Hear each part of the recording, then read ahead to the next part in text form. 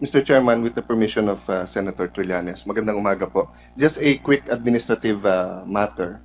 Despite of what I feel is a very professional way of running the hearing, and for the record, we have not changed the rules of the Blue Ribbon Committee, I think for the last 20 years. All the other major investigations, even those that were chaired by the Vice President, was run this way, Mr. Chairman, but I will not go into that now. My point is that we were being criticized, or the chairman, that how can you inspect a building without the plans? So for the record, the plans, despite being readily available, was only submitted today. No? And that is my administrative question. That's my question, Mr. Chairman, as an administrative matter. Napaka-importante para sa atin na makita yung plano dahil marami itong sasabihin sa atin. Hillmarks wanted to present last week, but they did not submit the plans yet.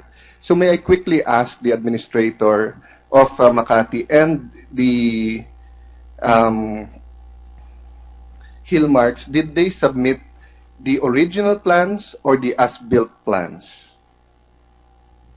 Start with the submit to this committee. Yes, right? I'm asking ahead of Did time. you, sige, Administrator Attorney Mendoza, what plans did you submit to the Senate Blue Ribbon Committee?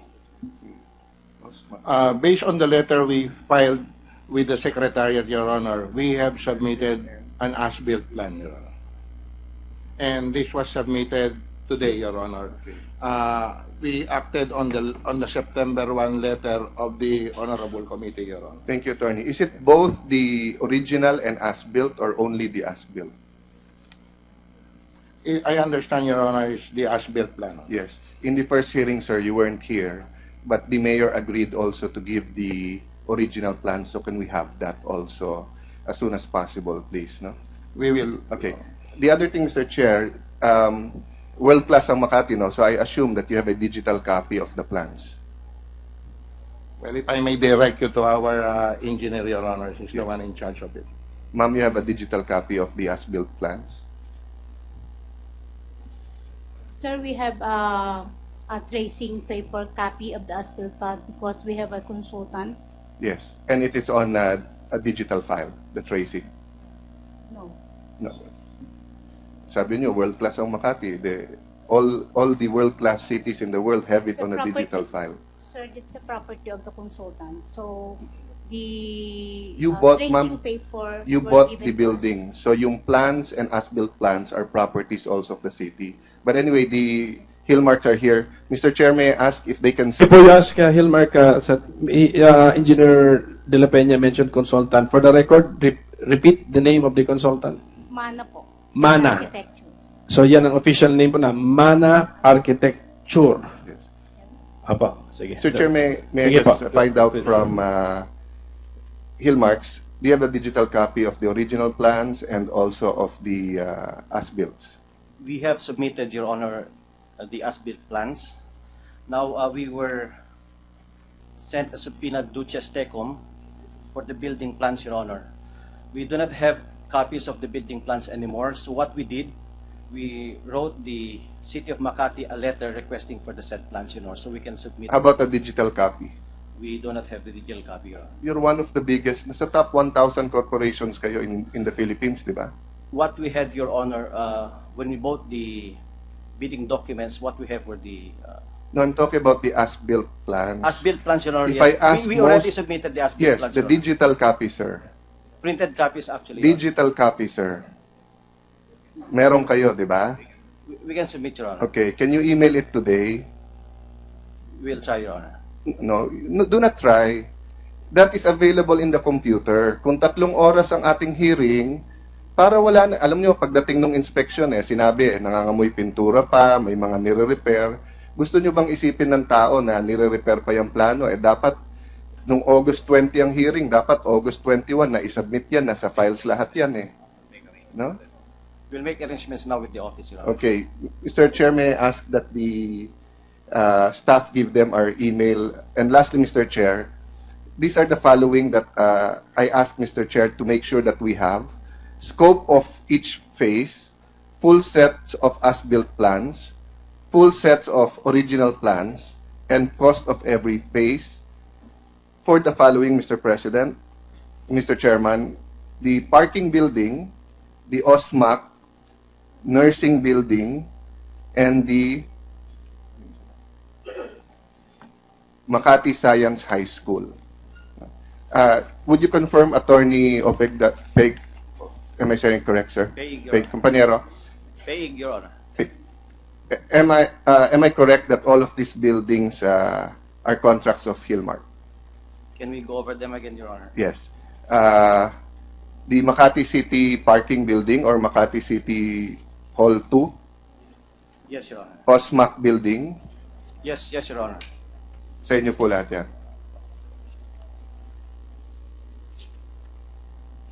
Attorney, just so that I can surrender the time again to the chairman and to... Can you tell this committee bakit importante ang digital copy compared sa printed copy? As a lawyer, you're a lawyer, in terms of evidence. Can you repeat the... Why is the digital copy important compared to the printed copy as far as being evidence? It's more difficult to alter, Your Honor. That's right. Because the printed copies, you can alter. So, pwedeng baguhin at isubmit dito. Pero ang digital copies ho, ay may digital stamp kung kailan ginawa.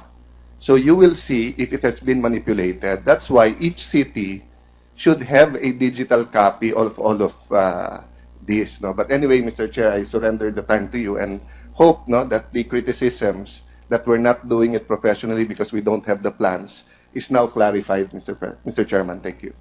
Thank you, Senator Cayetano. Well, definitely when we write the report here, we will base it on the evidence. So we will have documentary as well as the testimonial evidence. So in addition to the verbal request to Hillmarks, the Secretariat is directed to send a written request so that nobody forgets anything. So before Senator Trillanes asks his questions, may I ask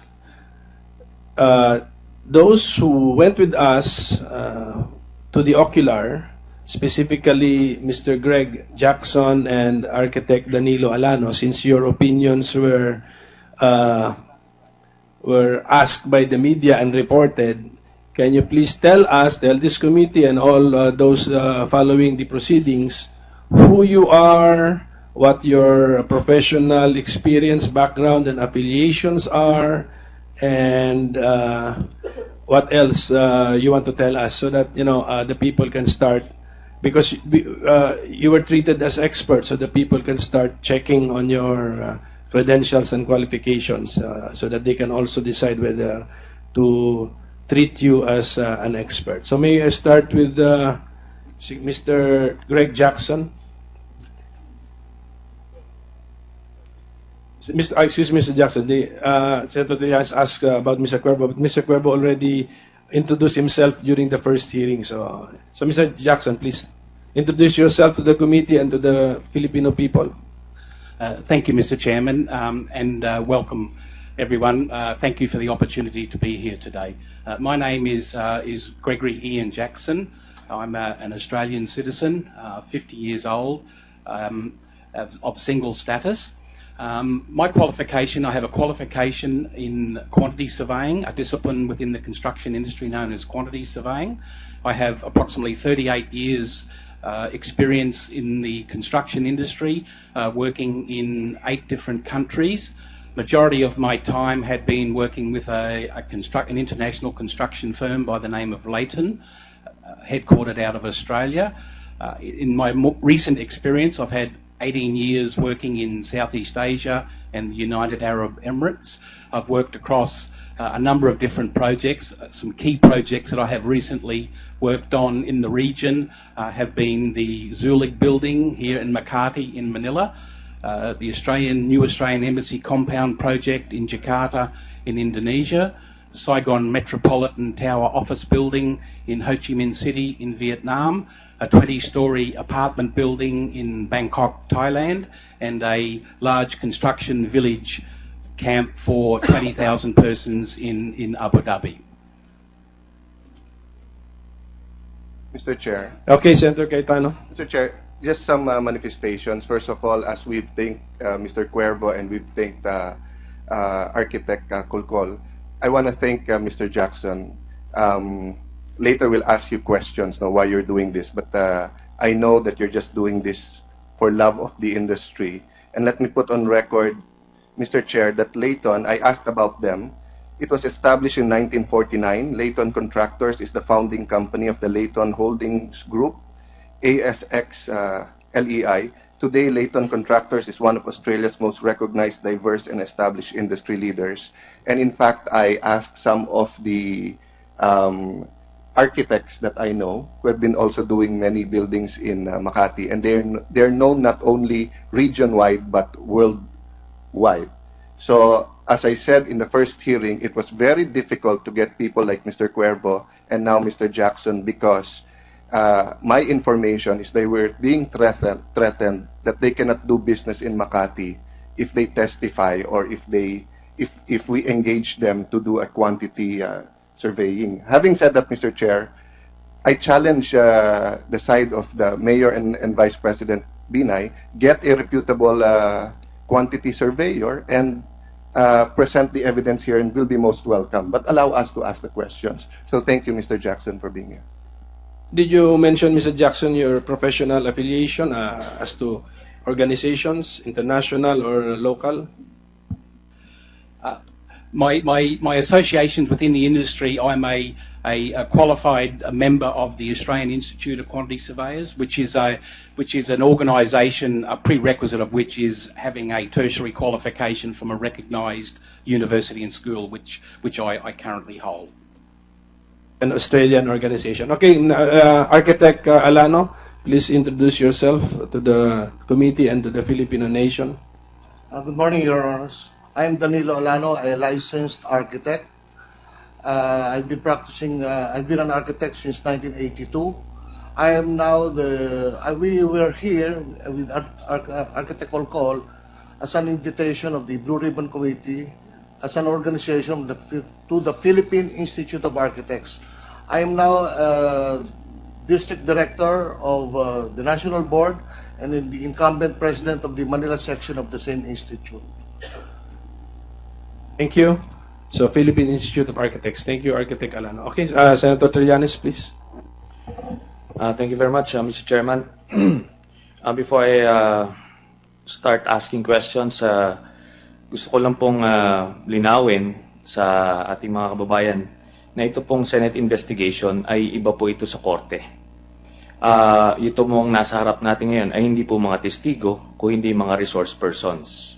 Ngayon, as resource persons, pwede po namin kayong kausapin before, after, or during the hearing. We can convince you to tell the truth, and pagka nagsabi kayo ng totoo, you can be protected, you can be guaranteed protection. At on the other hand, pagka naman ng bola kayo rito, we will not take it lightly also, because we have powers to hold you in contempt. And at the same time, eventually, the Blue Ribbon Committee can submit recommendations for proper charges in court. So, ganun po ang nature ng Senate investigations. Tapos, ito, open to the public. Ngayon, yung aming method of questioning, depende po yan sa mga estilo ng mga senador. Yung mga abogado, they can instinctively use their learned skills on cross-examination, pero may mga kagaya naman namin sundalo, we can also employ tactical interrogation techniques if it will be effective. Bottom line dito, we will extract information the way we know how. But we will assure you that your constitutional rights will be protected, specifically yung right to remain silent, right against self-incrimination, na pwede nyong invoke at any time. So, yan po ang nature dito.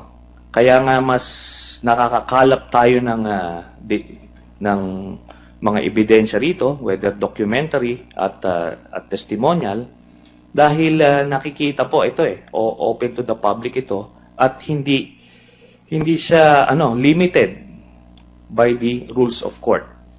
Okay, so maliwanag po yan. Now,